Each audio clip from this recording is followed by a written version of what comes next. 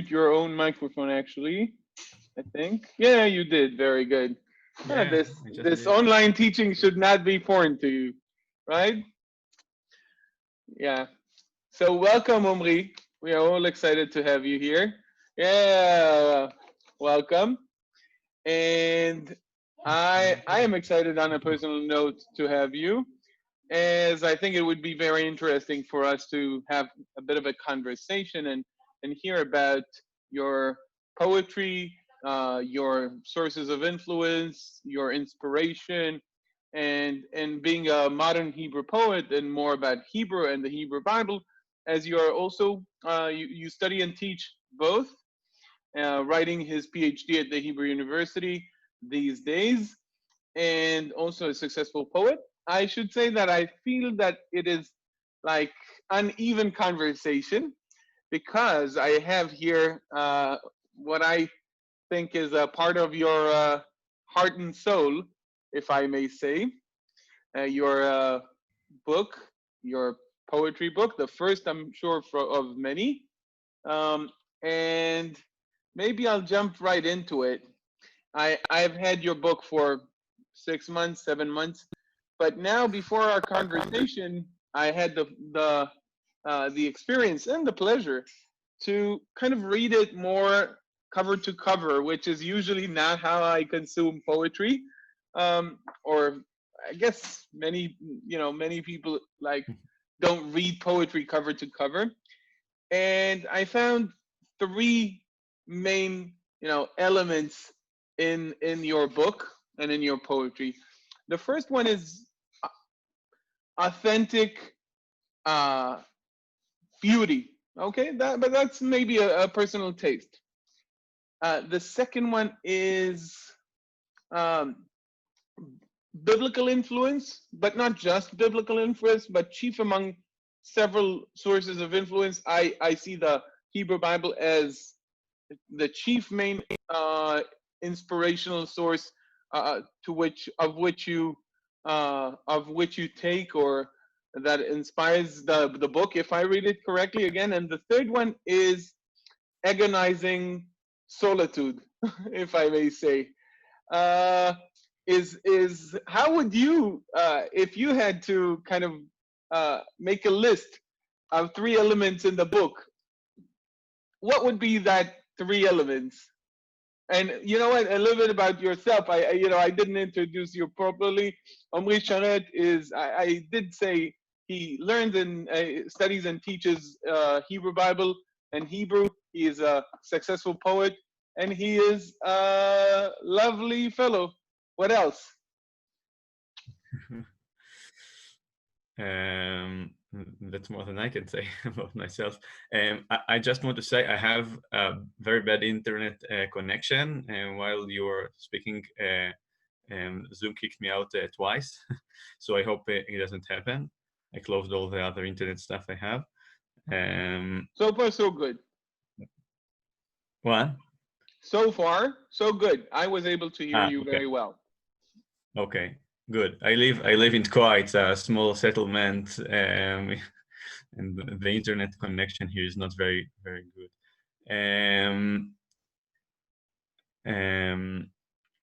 So you listed three things, but I just heard two because I got kicked out. Okay, which one did you miss? The first or the third, or maybe the middle one? I think the first. Okay, I said I think it's beautiful. I think the first. Beautiful, and I said that I think that there is the chief influence, or the single most important source of influence in your book is the Hebrew Bible, and the third one is that the again single most dominant emotion that I could get from it is solitude, agonizing solitude. If you had to compile a list of three elements in your book, what would that be?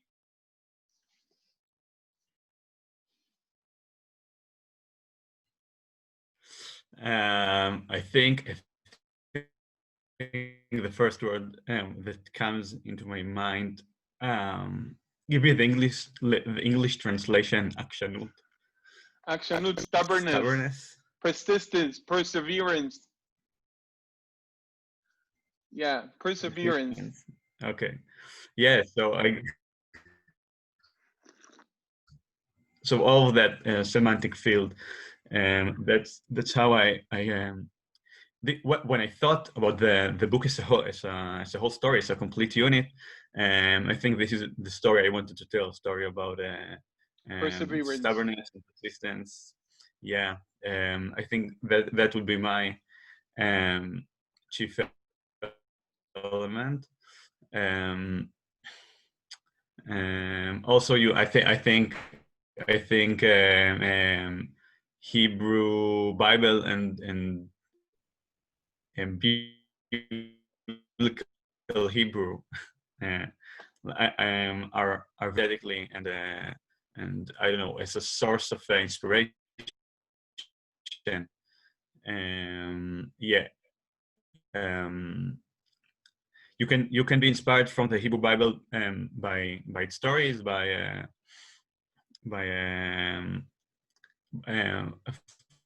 from its stories, from its language, from oh, I'm new to this Zoom thing when you have the chat down below. So You don't have to look. I'm just, I've and answered the having question.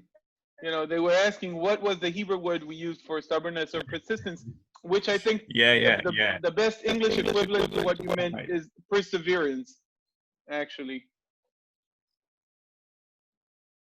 Perseverance. Okay, perseverance. I learned also in this lesson new things. Um, so I think the Hebrew Bible can be a source of inspiration in different ways, and for me, I think all the ways are included, both the stories and what you can feel from the stories or the poetry in the Hebrew Bible, both the language, the aesthetics of the language, are very important for me. Also, not only in the vocabulary, also in the vocalization. I use morphology and like I have biblical Hebrew Nikud Easter eggs inside. Uh, I don't this is know, just but people something are. something I'm which not is sure everybody is only I familiar with know. the terminology Easter eggs in this context, but I'll explain just for a second. When Omri said that he's got biblical Hebrew Nikud Easter eggs in the text, he means that he has certain hidden, unique elements of biblical Hebrew Nikud within the text. So of his book. Right. It's just because not just because I'm very conservative about the Nikud, so some things are really exotic. I think most people will think they're mistakes. Um, I consider them to be Easter eggs. Um, and I think the third thing for me is I think it's also a conversation in two ways. When I write poetry, I think of the reader. I don't know who the reader is, but I think that my feeling is that I want to speak. I want to be heard. So I have an imagined reader in my mind that I want to speak with, to communicate with. But also I think the book is some sort of a conversation, or I don't know if a dialogue, but like a multi-log. Or Yeah. um, A conversation with I with which voices? so many of the poems have mottos, mottos from mostly from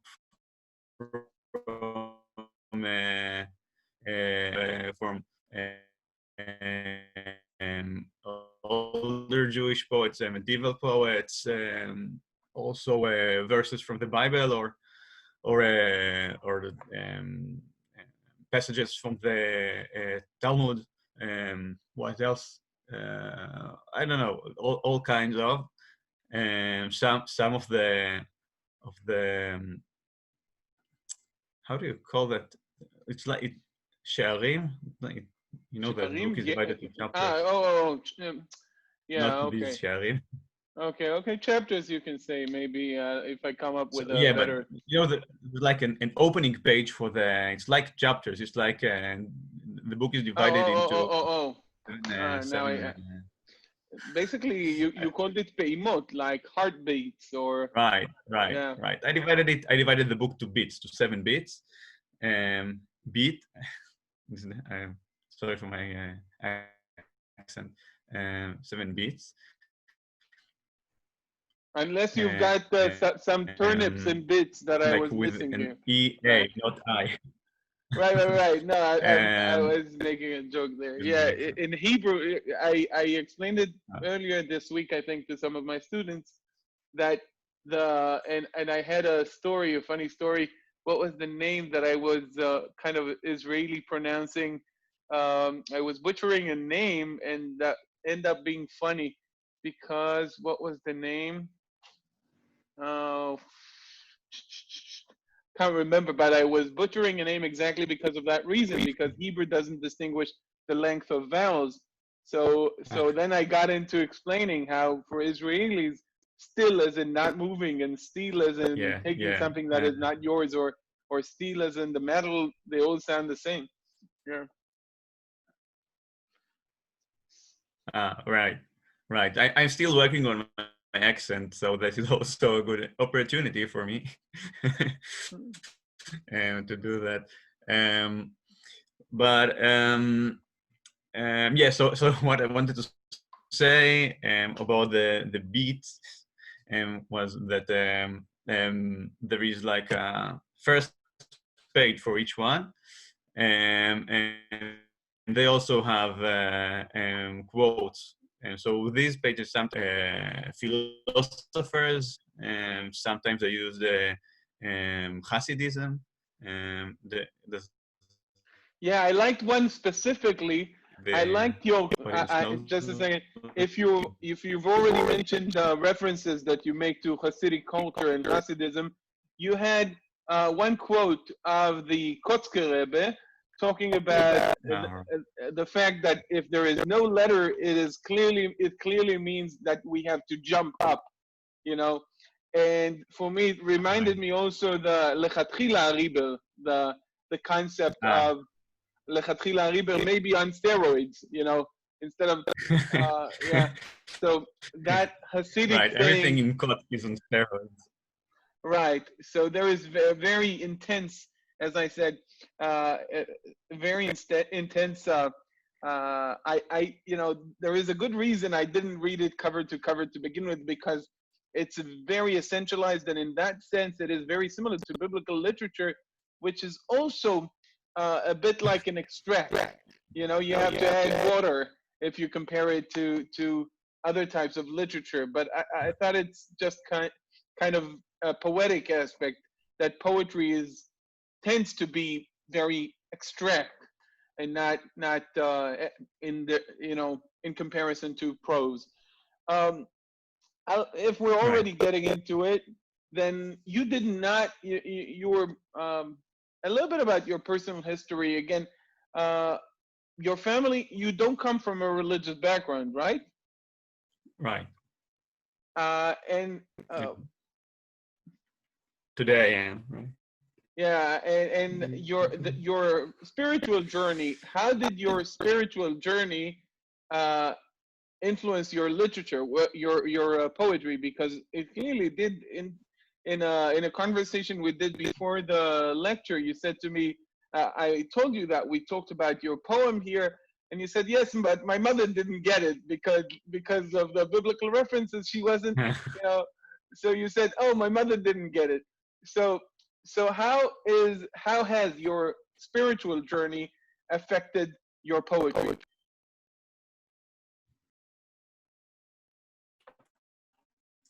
Right. I think what I write is my life. I think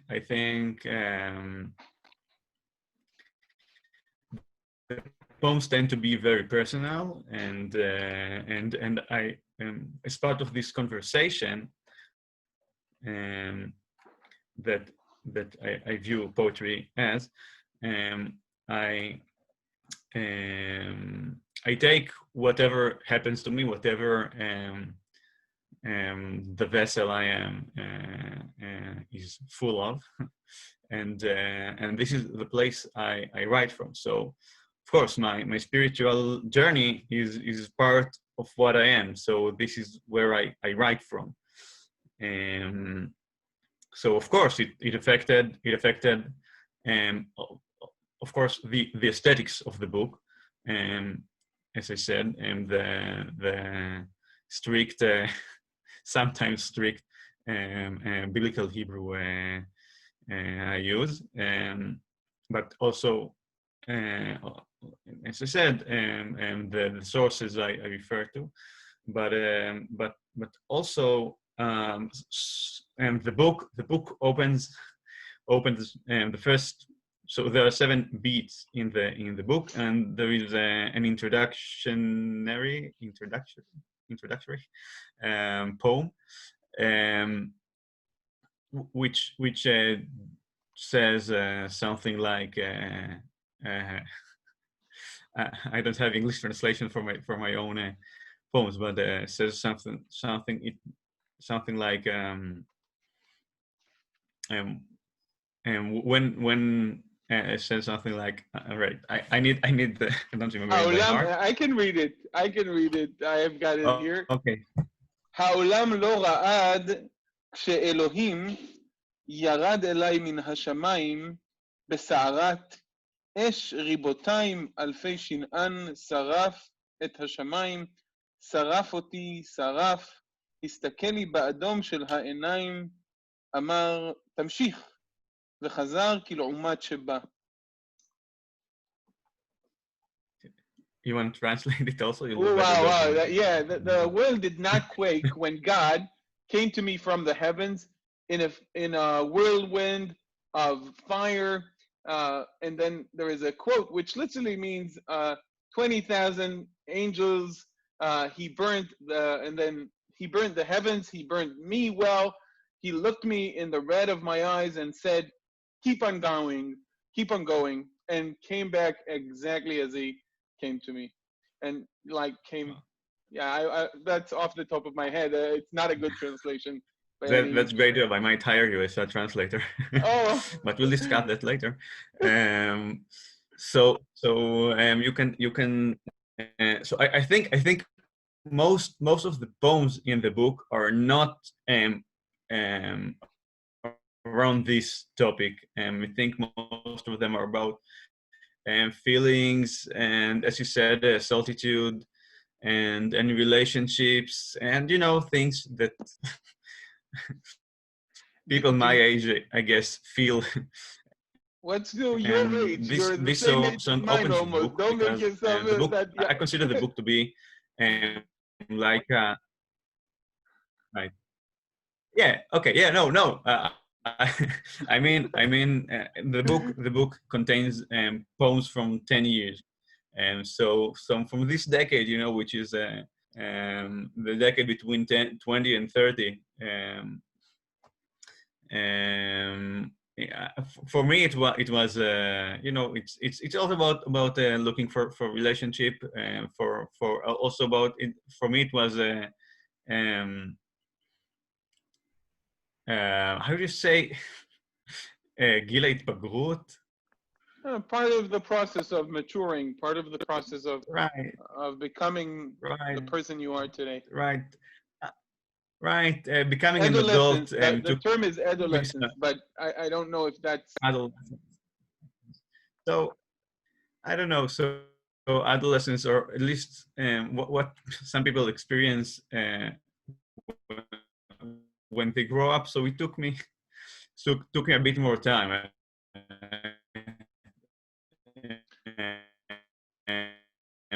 to feel like I'm a real person or whatever. So this song, this poem in the if you're already learning Hebrew, Right.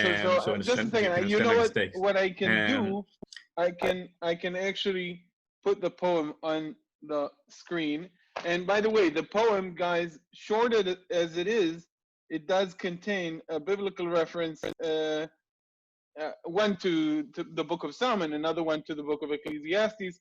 I'll just put it on screen, and then you'll see what I'm saying, guys. Don't think you'll get away with this so easily, Omri. We'll put it on screen. It was your choice to start with this poem, so we're going to take a look at it. Okay, let's take a look at it, and I hope I can put it on screen as soon as possible. Just a second. Might take a moment, but it will be on screen. Okay. So, guys, can you see the poem? Did you scan the whole book? No, I just took a picture of it now and put it on screen now. But if you want, I can lie and say I did. Okay. Yeah. So, Ha'olam lo ra. This is kind of a personal theophany. You know, what's beautiful about it is that it is a personal theophany. That is to say, the theophany, the description of the appearance of God in the Bible, as in Psalm 68, to which you're referring to here, or Habakkuk 3, or Deuteronomy 32, and other places, describe God appearing in a lot of havoc in the world. The world quakes and everything, and fire and brimstone and lightning and thunders. And what you're saying in this poem is you're describing a personal, up close, personal, silent theophany. The world did not quake when God came to me. העולם לא רעד כשאלוהים ירד אליי מן השמיים. Your own Sinai, your own theophany, as described here, did not reach any other person. It was personal. It was a personal experience. God came to me. Nobody else saw it, unlike Sinai, unlike Psalm 68, to which you were referring here, obviously. And he looked me in the red of my eyes. That is, again, I don't know if you were smoking weed or you're crying, but you're, I would guess it's the latter rather than the former in this context. But now you know, you read this recent finding, archaeological finding that suggested the use of cannabis in ritual sites in Israel. I don't know if you've heard about it, but it's quite recent, right, from the last week. Anyway, so he looked me in the red of my eyes, which I would guess has to do, in the context, has to do with crying, maybe, but it's anyway personal, very personal. And he said, "Tamshir, keep on going." And he disappeared, essentially. He came back exactly the same way. He went back exactly the same way he came, which in again, my reading, you could say, in my reading, it goes back to the book of Ecclesiastes, and it also goes back to the biblical thinking of coming back in the same way, going back the same way you came, in a sense, almost annuls what you did. So God came to me, nobody saw, and he's not here with me anymore. He went back, and I had this message: persevere, tamshich, okay, keep on going, which is the theme that you've also mentioned, as how you see the book as having this theme of perseverance and persistence, which again, I would guess from my reading, in the face of mainly solitude, but not just that. So I was looking at the problem, you're looking at the solution, or I don't know if that's the best terminology to put here, problem and a solution, but that's how I read this poem. I hope I'm not far, but you're here, so you can talk about it yourself. No, I really like what you said. I mentioned that when I write, I think about an imagined reader, and I really see this it's a So dialogue or a discussion it's or not imaginable anymore. You can conversation. think of me. You say, I'm reading it. Right. No, but this is really what I'm looking for when you speak about the poem. I also I get a reflection of myself, and so that's of what I said that the poems are very personal, so I get some sort of a reflection upon my own emotions. So that's I I also learned from this. It's like going to the psychiatrist, and not psychiatrist, the That's, psychologist. I don't know. You were talking about the Anyway, red. You were talking about the red in your eyes. I don't know the use of substance. Psychiatrist, psychologist. I don't know. Yeah, but no. Okay, this I really didn't intend, but yeah. I put this as an introduction to the to this journey that the book is, and because I think this is what gave me the possibility to do this journey. This is what gave me strength. Each time I reached a low point, kicked me back up, and many of the times it was my beliefs. My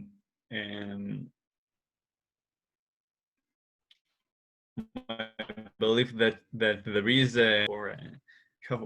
I don't know how you translate that, but what? I couldn't hear there what. is there is hope. Ah, okay. You were breaking up a little bit, so there is hope. Yeah. Very good. Oh, sorry, What? the internet is bad. Yeah. It's all right. Without the internet, we couldn't get you anyway. So at least whatever we get out of you is due to the internet. So we should. Right. I'm looking at the glass half full. Again, this means that I could not probably write as beautifully as you do. Uh, but as I said, I'm thinking to myself, can anyone like synthesize emotions in that way? Because I'm not that emotional myself, and I say to myself, just a second, could you have written? I'm taking it to my personal place. Could I have written something that is so moving, so emotional, so touching, without experiencing it myself? But that's my kind of a thoughts, because I'm probably less emotional, or at least less, my less connected to my emotions, or less emotional. I don't know what the definition, but it's amazing. It's moving, and I read it, some of it to my wife. I read some of it to to Nadav, my oldest son, and Oh, yeah, and even two of the poems here are named after biblical books, right? So you've got Reshit Bet, right, which is Bereshit. I don't know if you intended, but I think you did. And you had another one, right? Bamidbar, yeah, something. And obviously, you have right. other Bemidbar, titles right. related, right? Bemidbar, I also obviously, have but yeah. So yeah, Bemidbar, and you have other influences of biblical literature, both on the poems themselves, but also on the titles, and on some of the quotes that you decided to attach to some of the poems, or some of the parts, the opening folios of these 7 parts of the book. And that's beautiful, as I said, we read your poem on Tuesday, and we saw how you took a very mundane Israeli studential, very familiar situation, where someone is getting into the university and just passing through the gates, and is talking to the security guard, and that's it. It's something that I went through, I think, countless times, and I never stopped to pay attention and to think about it and to put it so beautifully, and to reflect upon it in relations to my own life. So we read this poem and we enjoyed it very much. Can you tell us the story of this poem, for instance, which we read together?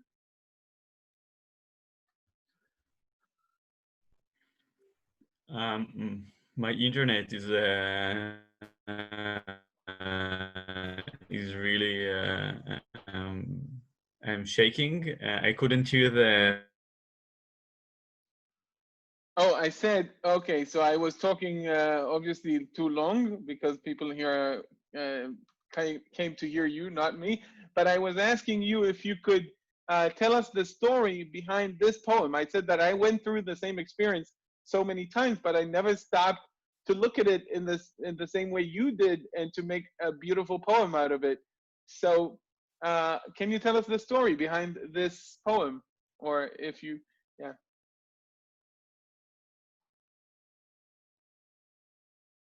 Omri?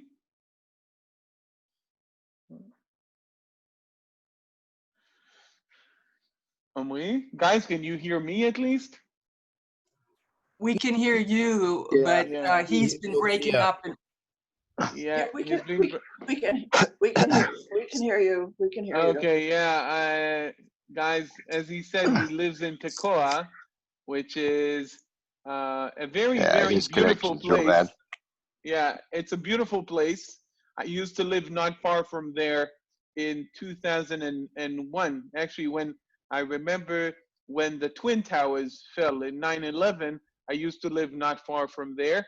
And I used to live in such a small community. There was no TV even. So I had to hitchhike to a different place, to a pizza place, to see what's going on because there was no TV over there. So that's the story when I lived not far from where he lives. Obviously, there is internet. There are more TVs today there than 20 years ago. But 20 years ago, I used to live not far for 6 months maybe from Tekoa. But that's a different story. Omri, can you hear us now?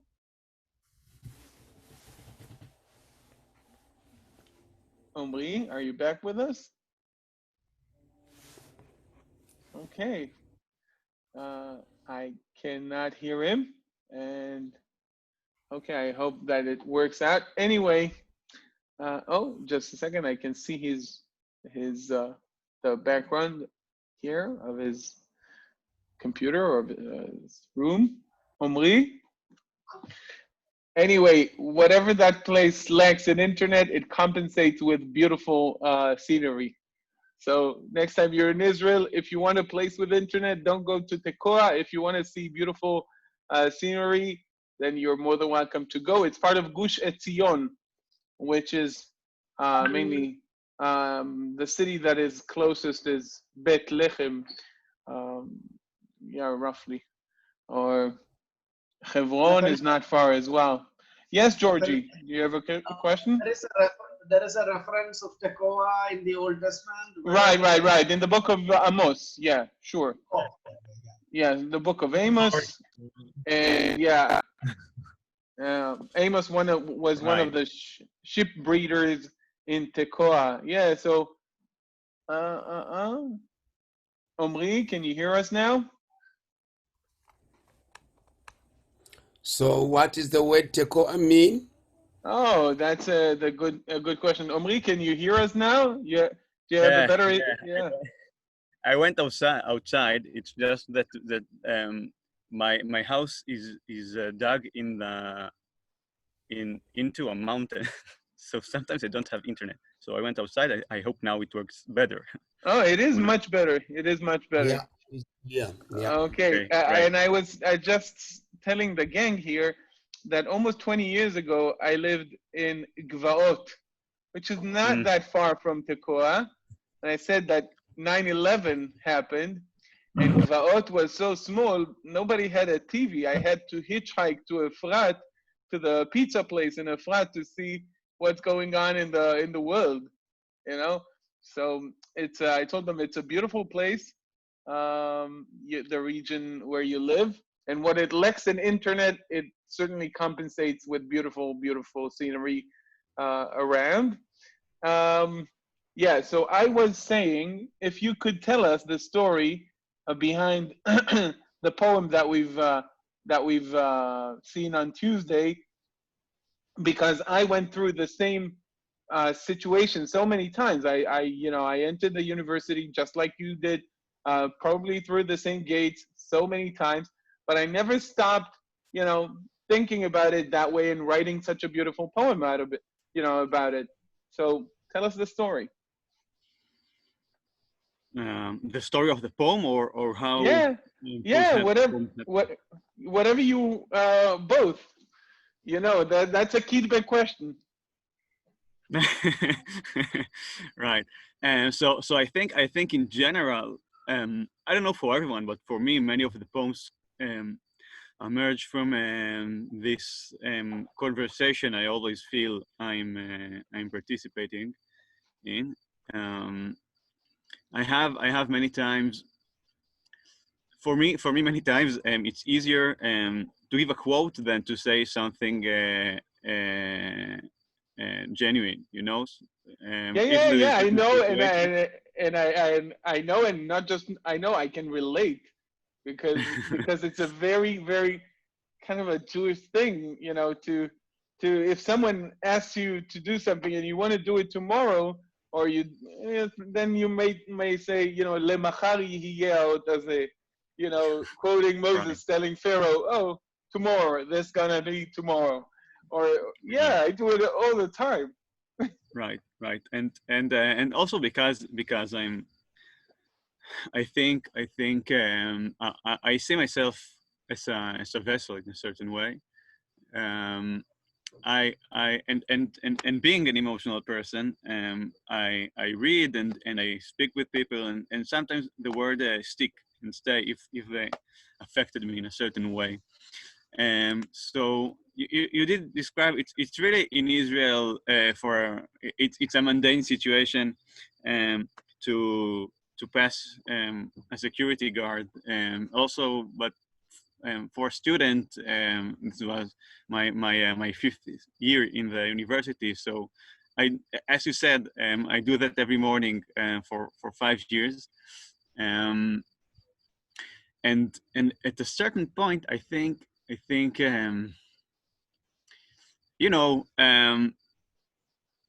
when a young person goes to the university, or in this decade, you have a hope, I think, to find a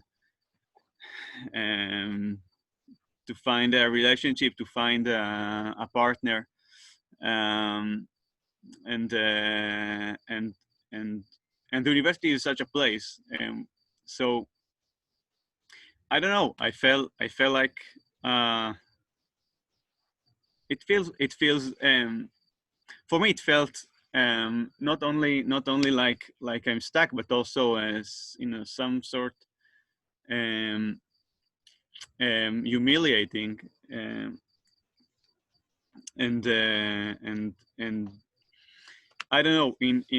I guess one day I enter through these automatic doors, and even the guard, even to the guard, you're nothing, right? Sometimes the guard, so many people pass through that guard that if you say hi, he won't even answer. Especially if it's your fifth year, he knows you Right. already. No, but maybe. Yeah. Maybe it's his fifth year, so he's not he doesn't care about you anymore. But you may feel like you're nothing, and I don't know. In this situation, I think ironically, just some other situations or some other possible situations that you have in your mind. How do you say that?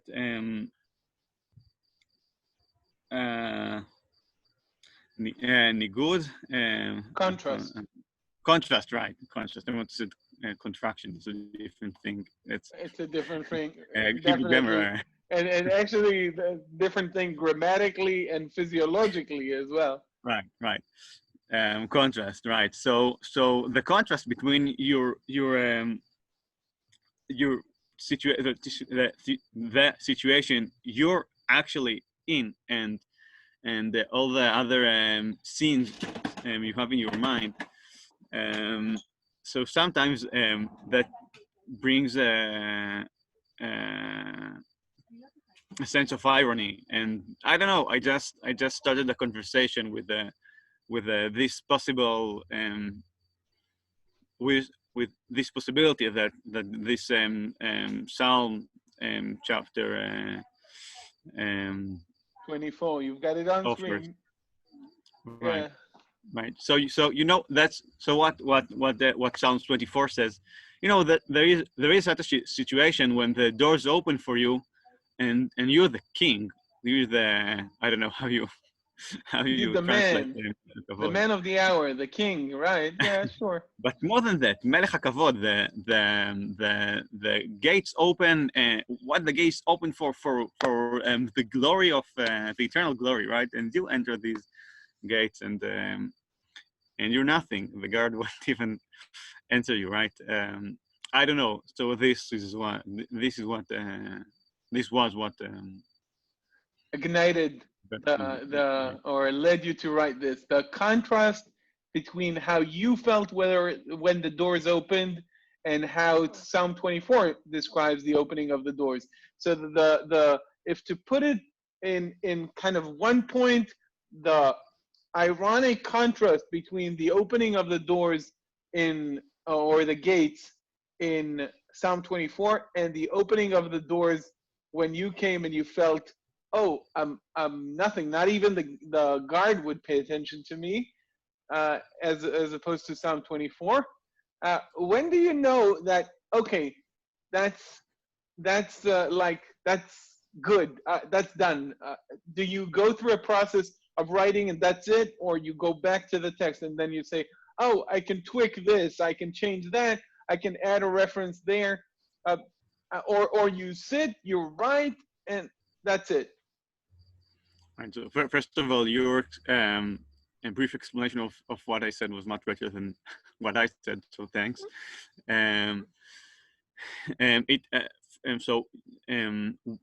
You asked two questions. How do I know it's a poem, and if I go back to it? So how I know it's a poem? There are different options, but in this case, you can see that what I said, this irony, it comes up in the first two right, lines, it encapsulates, right? It encapsulates the poem because it is in the beginning and at the end, creating this inclusio, right? Right. And I just passed through these doors and said, oh, you know, שאו שערים ראשיכם ויפתחו דלתות אוטומטיות. Like this just came into my mind. Like this already contains the seed of irony and that the rest of the song is built upon. So when I had this, so the rest of the song, poem again, emerged from this seed, and I just you can say that this poem is very based on the psalm. So I had this beginning of a conversation, and I think while I was walking to class, I just completed this conversation. So this is how a poem emerges, but still with especially when the book was edited, and when the poems were brought together, and to create to try to reflect the story, my story that I wanted to reflect by the book. So I had an editor and an amazing editor, Liat Kaplan. She's she's really a special person and a special literary figure. Anyway, so we tried to take each and every of the poems and make it the best it can be. The best version of itself. Right, exactly. So this poem, I think didn't go through a lot. I think I dropped maybe two unnecessary lines. Changed. This also where it was this went through some changes. But if you mentioned the song where I quote the Kotzker Rebbe, so this poem was, I think, is maybe half as long or even less. Maybe it was 1/3 of what it is now. And my editor Liat, she said, "This is not a good poem, and just discard it." And I said, "No, I have something here that I want to say." And we spoke about it a lot. And I said what I want to say. And she said, "This is not what you wrote. You think that you wrote something, but no one can understand what you wrote." Here, and she explained to me what's missing. What I have sometimes is I think when working with an editor, one of the most important things, maybe the most important thing I learned was that sometimes you write something and you think you wrote something, but you didn't, because as I said, sometimes you have these scenes in your mind or things you communicate with, and you think you communicated it to the paper or to the keyboard or whatever, but you didn't, because sometimes you just didn't write, and it's impossible to understand.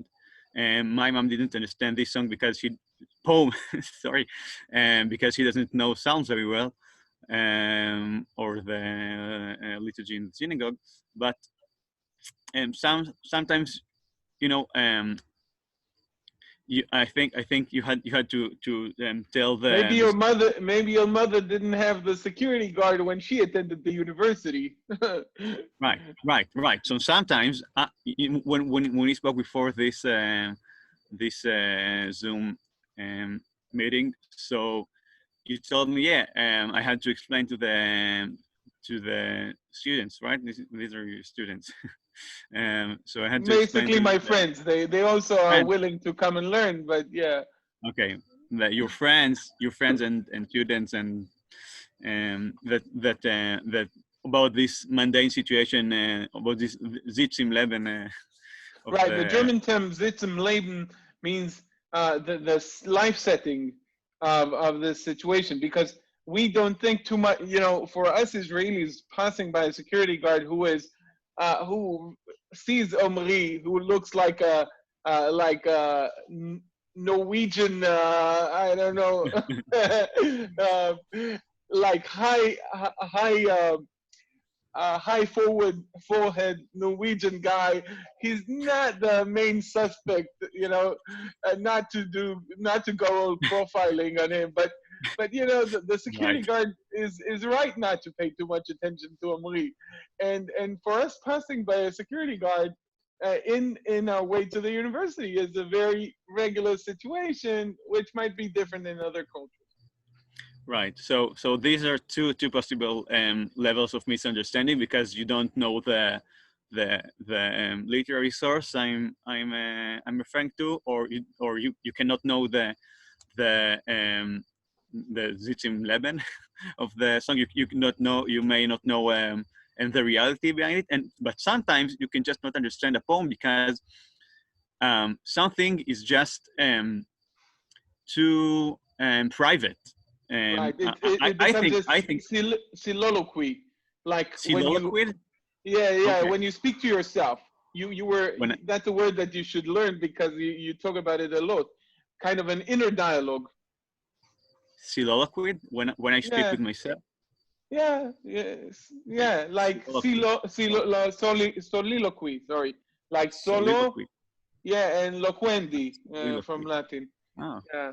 That's useful. Yeah, I'll now I have to remember. make sure I'm not misleading you guys. Anyone with fancy English can write. Right. So, you would say sometimes it's too soliloquy. No. I don't think you can use it that way.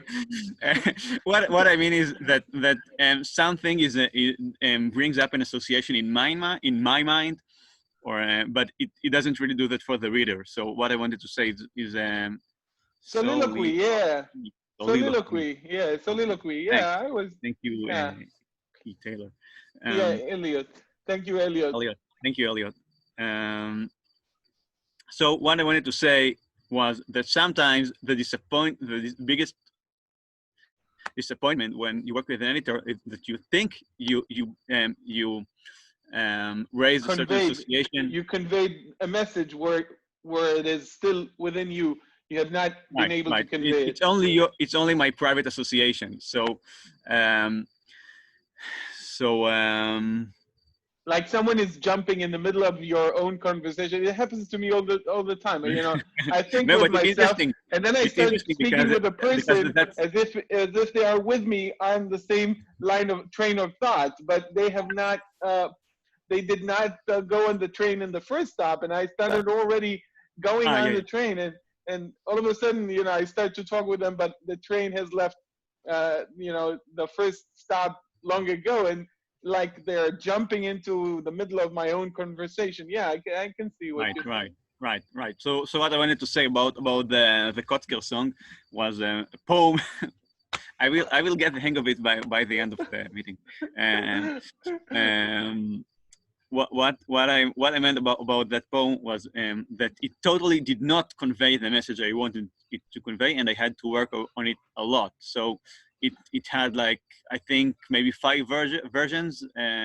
Each time it grew bigger and longer, and I think also better and more communicating. No, but sometimes poems go through that process. Right. Sorry? I'm saying it is kind of a difficult poem describing a kind of a. It goes back to several like biblical, post-biblical, Second Temple literature, hechalot, and you know, references to post-biblical Talmudic literature and Song of Songs. And there is a lot in it, you know. I love this because it reads like I love the cerebral part of it, where I read it like a cipher, when I read it like a big riddle, exactly the same way I love early post-biblical Hebrew poets such as Kalir and Yanai, where they read like a riddle. And I say to myself, okay, there are just a few guys that can actually get it, and I'm happy to be, you know, there's kind of a self-accomplishment sense when you look at it. Oh, I know this, I know that, I know this one. I'm not sure, you know, but that's like my own special, you know, my own way of reading it. And then when I get over that obstacle, then I can start seeing the emotion for me, you know. Right. I think you need a delicate balance for if you want to do that, because if it's too much of a riddle, you will just lose the reader, and I think it will be justified if you're just putting riddles.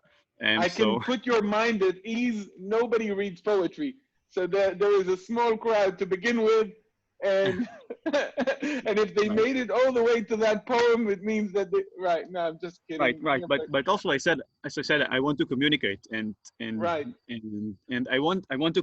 I think for me, these all of these rich maagal. Allusions. Wow. Okay. Inventar or all pool.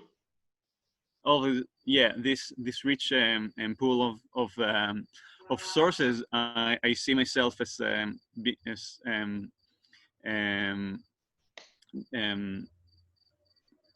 being mesochach. How do you? Oh, I conversating, just speak with. I just speak conversating, well, or because in dialogue with. yeah, okay. So so to be understood for me is also when this conversation is understood. So so it's not just Easter eggs, as I called it, or You want someone to find it's it, not only okay, for for the sure. fun of ciphering, for the sake of this. It's also part of being understood for me. But if you want to be understood, you have to also I think to have in a very low conversation you need I think emotional intelligence if you want to see that you're the person you speak with that you understand each other. So you need to have some sort of that when you write. I don't know how you do that when you don't see the person, but you need to try to think like it is a delicate thing because you want to be understood without explaining yourself too much, because if you explain yourself too much, so you're not It's really prose. understood, right? You want to bring yourself. I not just speaking about poems, but also when you speak to a friend, to a good friend or someone, you just say one word and they get you, right? This is when you feel understood, not when you explain everything you went through for your whole life to be understood. That's not how you feel understood. So if you can give a little hint and you will be understood, so that gives this true feeling. So I want to communicate, but to say the most minimalistic things I can say for that to happen. Okay, so we are already infringing on the hour. Anyone has a question for Omri? Yeah, I had too many. So if you have a question, you can raise your hand and ask him. We didn't talk about it, but he won like outstanding young poet from the Ministry of Culture and other prizes. And I find what he does beautiful and well constructed and very emotional. And you can, where can you purchase the book? So it's not available on Amazon or anything. But if you want a copy of the book, let me know. I'll tell Omri, and you can send me your address. I'll be happy to connect you. If and I'm sure the Israeli Post services, they send it abroad as well. If you want. I'll be very happy for your friends to have it. Yeah. I never thought this is possible. I have to tell an anecdote, and that one famous translator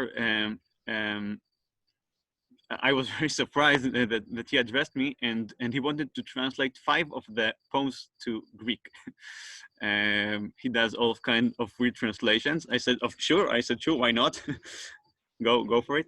And I wondered how can you translate that? It's so many allusions, and it also most of the poems have they're rhymed. They have very very tense structure. How can you? I didn't know how he was going to do that.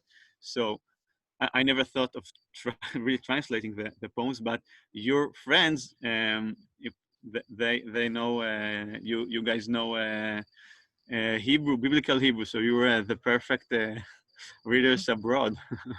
So, right, but yeah, it's indeed very rich. It's very difficult. I told him on Tuesday. I pity the person who has to take upon themselves to translate it, because again, not that any translation is really. We know that every translation is an interpretation, and here even to just the before we get uh, to the connotation, even the denotation is very difficult when dealing with poetry, and when dealing with your poetry. Um, Again, I felt that I did a lousy job, as we were kind of translating as we went along, because where I you liked have it. to. Thank you very much, but But thank you very much for being so kind and setting the bar so low. But when you have to stop and explain and start, it's not the same, right? So yeah, so no, I'm not going to do it because my English is not good enough to do it in a way that would be worthy of the translation. And any other questions, guys? So Georgie, what was you? Yeah, Okay. I have a question from Go the ahead. Christian. Yeah, from the Christian perspective, we have got a lot of songs. So, Omri being a poet, how far is like getting into the aspect of music or like writing a song? When he is a poet, can he do it, or that's a different paradigm? Just wanted to know these two. You mean if I can compose the? No, Nathaniel, can you? Yeah, I was end up explaining you, Georgie. You should hire me as like a aide de camp, like wherever you go, I'll be your explainer. I don't know, but I don't think that the poems were intended to be sang, but who knows, So it was, you did not write them in the purpose of them being made into a song, right? That's actually an interesting question. When I began writing, and in English, there is a difference between שירה ופזמונאות. There is yeah, we can talk about songwriting. Yeah, songwriting, right? Songwriting. Yeah, like a singer-songwriter, Meir Ariel style, which I think, Right. as I said, I think you are Right. also. I'm sure as a man of word, I'm sure you appreciate what he did and his style as well. Of course. Right. So when I began writing as a teenager, so it was really kind of like songwriting. I had like a melody in my mind, and I wrote the poem to the melody I had. I'm not a musician, and I can't even sing the melody that I had in my mind, so that was pretty useless. But at a certain as I developed, I think, as a writer, so I learned about different how do you call that?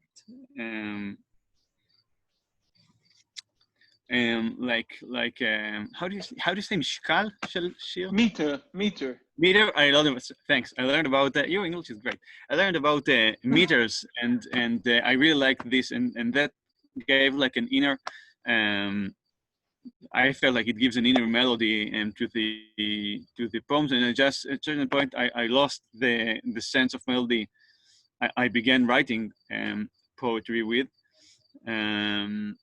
but I still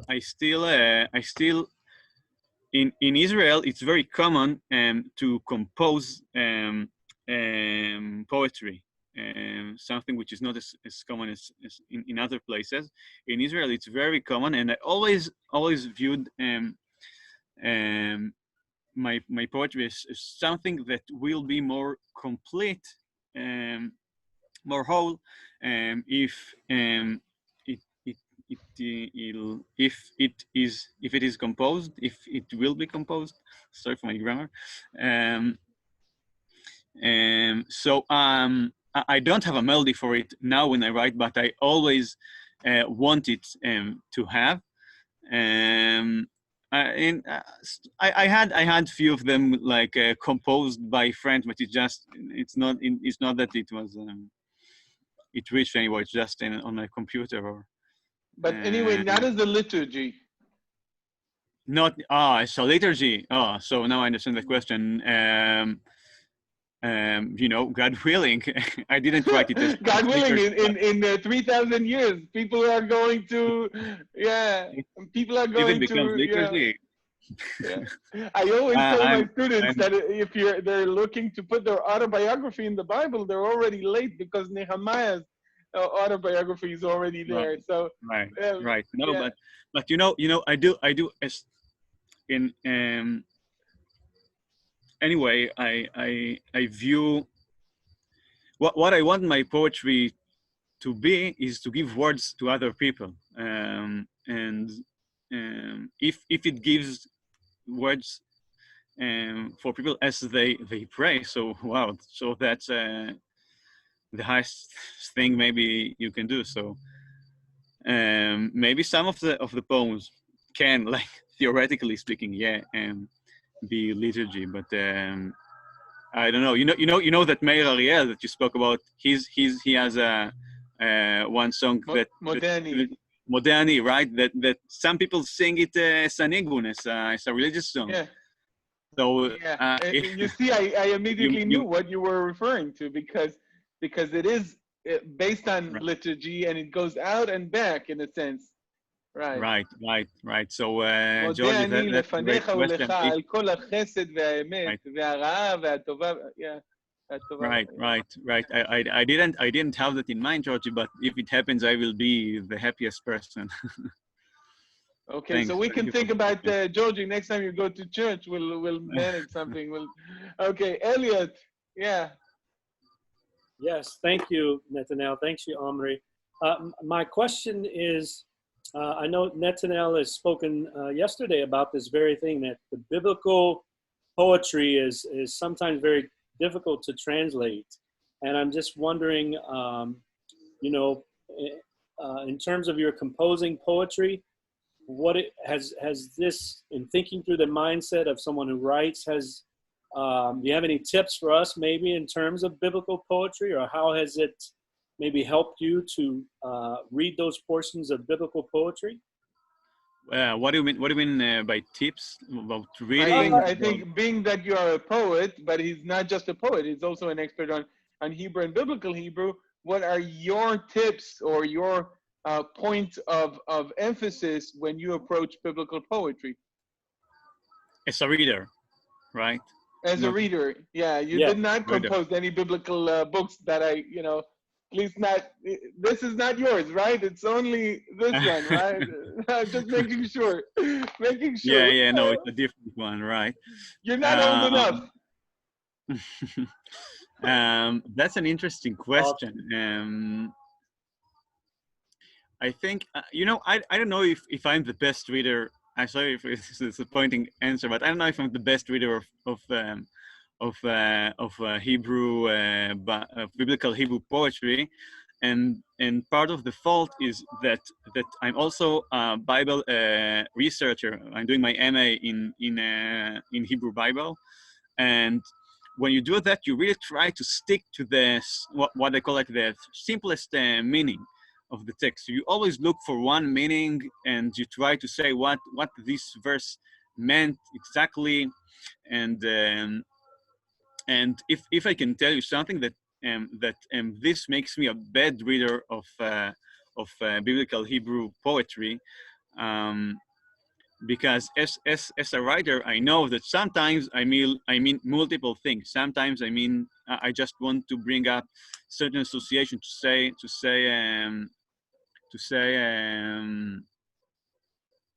I don't even know the Hebrew word I'm looking for. That I cannot help you with. Come on. You have to give me something. It's like a Nebuchadnezzar who wanted his advisors to know both the dream and its interpretation. That I don't do. Right? Yeah, I'm not Daniel. Yeah, you're just Nathaniel. Right, So I think having that in mind, that this is not just text, it's literature, and you need to think about the literary devices that you may use, and also sometimes about double readings. This is one thing that one of my my professors convinced me with, that surprisingly it is literature, and that the Hebrew biblical literature is actual literature, and that sometimes they do convey double readings, and they discussed with other parts. Of course, you know, This is why were you why were you in need of convincing of that? I think it's like, you know, you as a writer know how it works, so why wouldn't anyone credit the writers of the Bible with at least, you know, the same level of right, sophistication that we give modern writers? You know, right, and even not just in the psychological level, when you see things like Janus parallelism, it's obviously intending two things in one word. If unless you think there are no Janus parallelism examples in the Bible, which some might right, say. right. Well, when you put it this way, it's easy, right? But also when you try to interpret poems,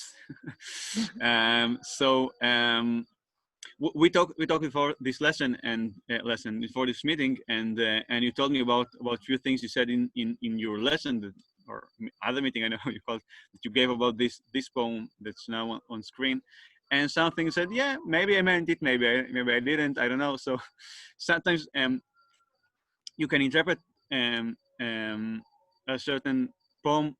Literature, sorry, is a bit dangerous, because you say, yeah, I'm sure it's here, I'm positive it's here.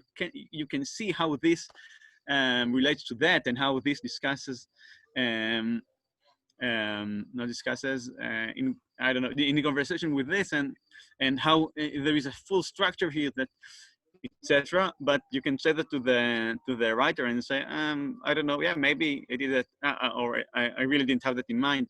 So sometimes people give interpretations, and for me, you know, as someone who views this text as a religious text, and I want to know exactly what this text means, what the prophet meant, or what I don't know, the biblical writer meant.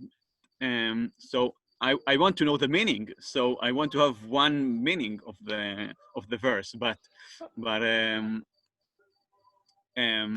you know, it's actually simple, that I, as a writer, sometimes mean more than one thing.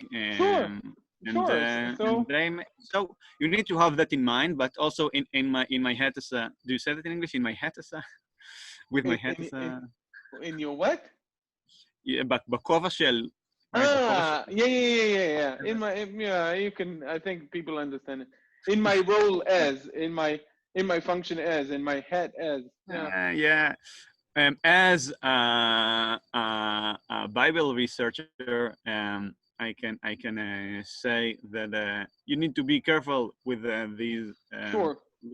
Also as a writer, which sometimes hears interpretations, it's also something which is really delicate, and when something is a true understanding of the thing, and or like when something is trying to create a certain um,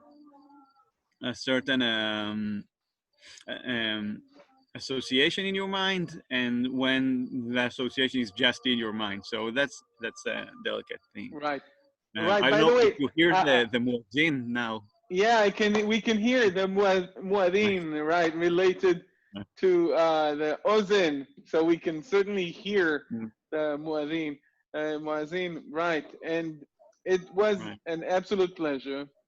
And I hope I wasn't too far off with my interpretation of your poems.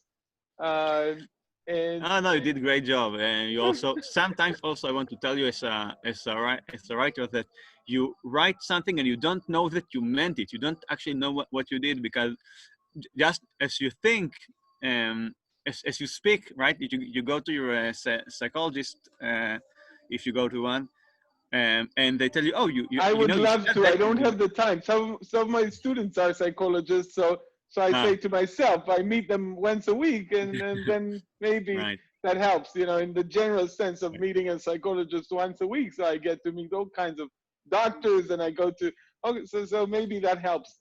Right. So sometimes you say something, and then your psychologist tells you, you know, you said that, but you actually meant that. You say, oh, right. So sometimes you have that with poetry also. You write something and you don't know what exactly you meant, and then someone tells you, you know, you wrote that, and I really felt this and this, and then you realize, oh, I really wrote that. I didn't know that, that I did.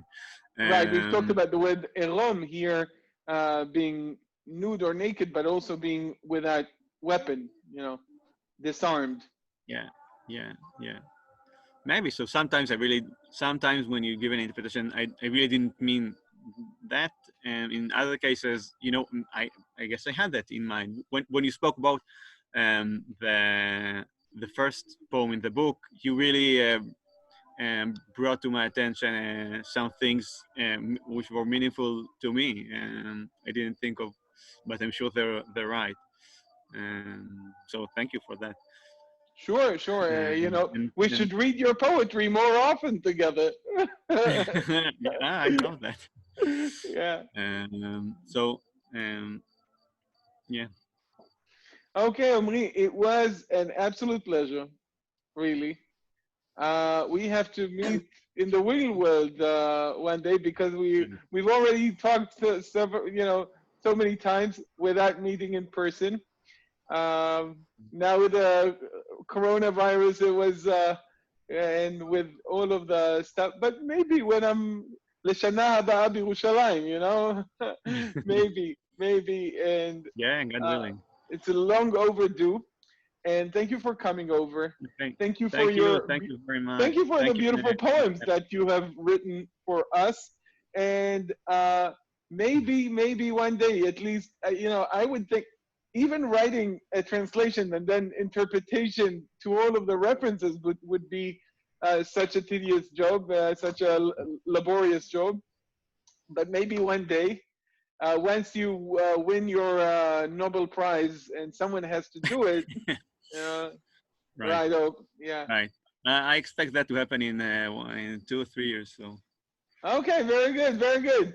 I like that you're underselling yourself. I thought it's already next year, but yeah. Okay. Okay. Thank you very much. It's always a pleasure. Thank you, everyone. Thank you very much. Bye. Thank you, Bye. Omri. Thank you. We love Bye. it. Bye. Thank you. Bye. Thank you. Bye. Thank you. Bye. Awesome. Thank you. Bye. Bye, guys. Right. Really good. Bye. Bye. Bye.